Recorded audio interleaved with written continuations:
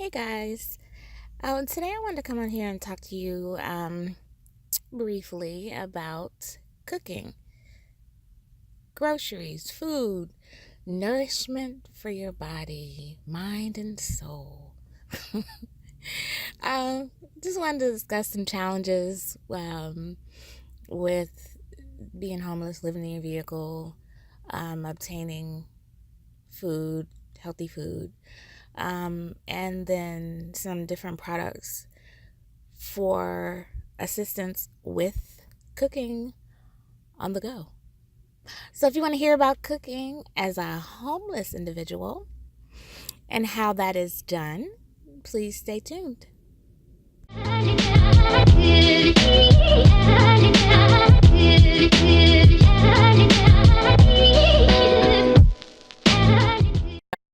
Okay, so as we know, food is a requirement for sustaining life. Obviously, that doesn't change just because you're no longer in a traditional dwelling. In fact, in most cases, it makes mealtime more of a challenge. Like, what do you shop for? How will you cook it? It seems so much easier to eat at fast food places or more cost efficient to just grab some snack food. But is it healthy? So, what do we shop for? Well, standards of what you shop for pretty much are based off the same specifications as those when you reside in a traditional home. If you have health concerns or weight concerns, those options are good, but not long term. Your dietary needs, amount of money available, convenience, preparation, cooking capability, and skill level. A lot has to do with where you are in your homeless journey. So, the three phrases that I coined for referring to homeless are the New Age homeless era, which is the non traditional state of homelessness in today's society, which you don't really see, what people don't think is homeless. The second one is homeless and free. Those are individuals who have made a conscious decision to no longer jive with society's narrative of a normal home. They no longer live in traditional brick and mortar dwellings. And the last one is enlightened homelessness. So that's the either temporary or permanent state of homelessness that one has chosen in order to move further along their earthly path towards growth and their soul's spiritual purpose here. For those who are new to this lifestyle and considered a new age homeless individual, or those who are on an enlightened homeless journey, the aspect of grocery shopping can be extra challenging. When this is all new, chances are you're just trying to figure everything out and cope with this new major change in your life. And on the enlightened path, same thing, but your focus is probably more on analyzing the situation as a whole, planning things and getting them aligned for growth, feeding your mind and soul. So feeding your body may not be top priority. Figuring out healthy meal options is a pain anyway, but the more hurdles you have, like money, time, energy, and now throw in no kitchen and you're ready to go insane. But don't fret too much. It can be simple if you don't have many dietary restrictions or not too picky of an eater. This is a good time actually to improve your diet if you can. The produce in the deli aisles are full of fresh food. You can eat salads galore, mix and match different lettuces, veggies, fruits, etc. Also, the deli has pre-cooked food, so if you can afford it, then you have healthy meal options from your favorite grocery store. A few years ago, I took a sociology class, and a project that I had to do was a study on eating healthy and only spending about $20 a week. So I know it can be done. I won't go into everything here, but planning is definitely key. Decide what you would like to eat, then work backwards, creating that meal in a more cost-efficient way. So with salads, and then you have sandwiches, which you can make healthy and filling.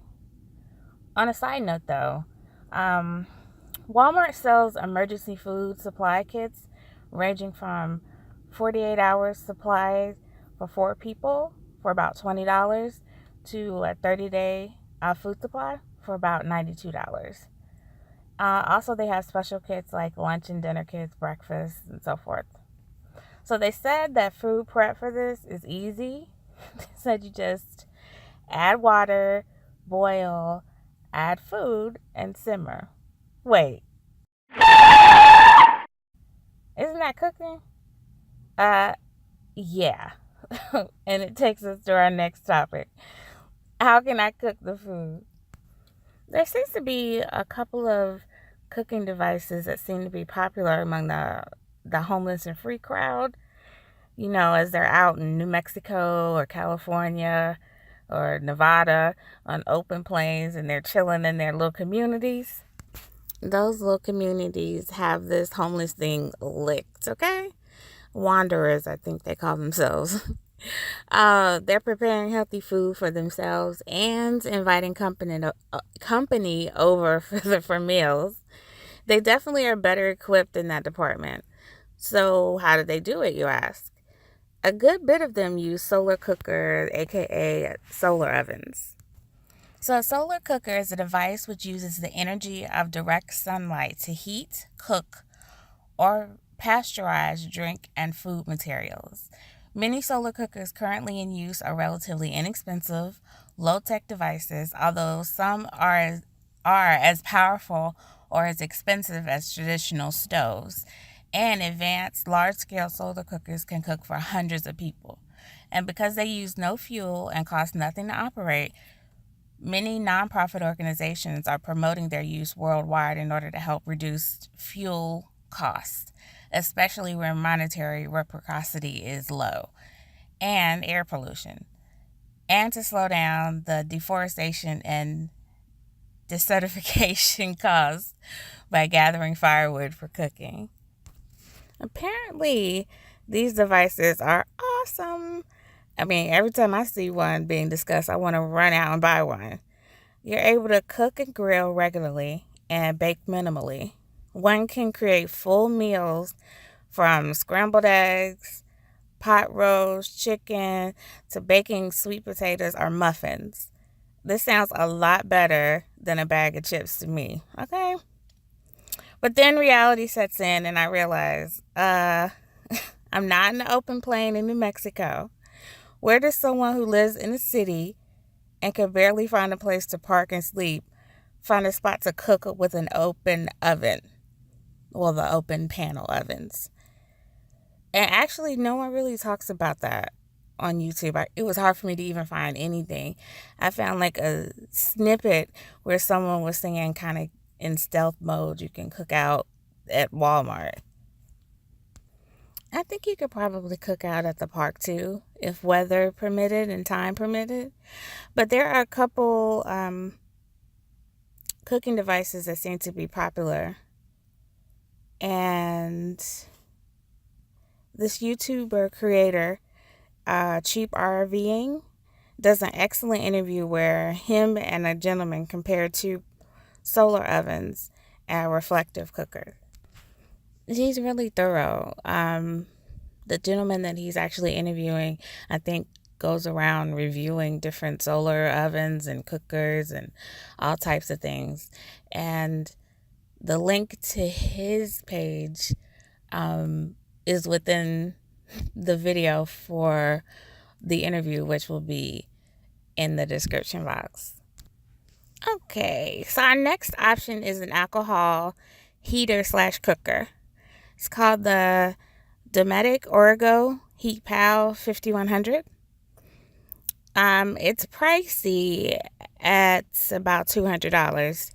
But if you can swing $200 for something safe that can heat your vehicle well, actually heat you in your vehicle and allows you to cook on it without standing around outside for hours or using propane, then this is going to be the option for you.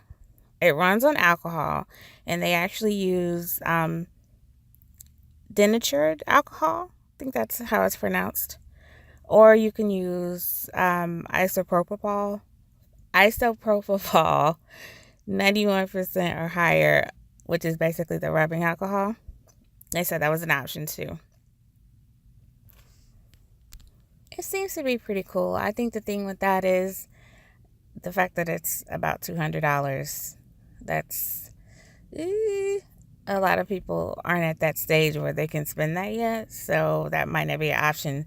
Maybe that's a goal further down the road if you have chosen to remain in this type setting and you have chosen to become an enlightened homeless individual or homeless and free. Okay, fun time. So now for the DIYers out there. We have 2 make-it-yourself items. So the first step is the funnel solar oven. So if you have somewhere that you can go and use it, and you're able to, spend a few hours or whatever letting the sun heat your food, there's this YouTuber that made it for $5. But the thing about it is, the video was done about 7 years ago.